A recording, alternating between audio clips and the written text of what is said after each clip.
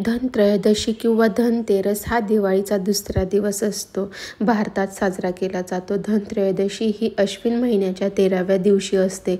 या दिवशी धन्वंतरी पूजन केले जाते. हिंदू परंपरेनुसार आरोग्याची देवता धन्वंतरी समुद्रमंथनाच्या वेळीस प्रकट झाली. धन म्हणजे संपत्ती, तेरस म्हणजे कार्तिक महिन्यातील कृष्ण पक्षातील त्रयोदशी म्हणजे 13वा दिवस. हा दिवस संपत्ती, आरोग्य आणि समृद्धी यासाठी अत्यंत शुभ मानला जातो. धनतेरस हा कार्तिक महिन्याच्या कृष्ण पक्षातील त्रयोदशीला येतो. धन्वंतरी जयंती या दिवशी समुद्रमंथनातून भगवान धन्वंतरी, आरोग्याचे देवता आणि आरोग्याचे जनक, अमृत घेऊन प्रकट झाले होते. त्यामुळे हा दिवस आरोग्य आणि दीर्घायुष्याचा प्रतीक देखील मानला जातो.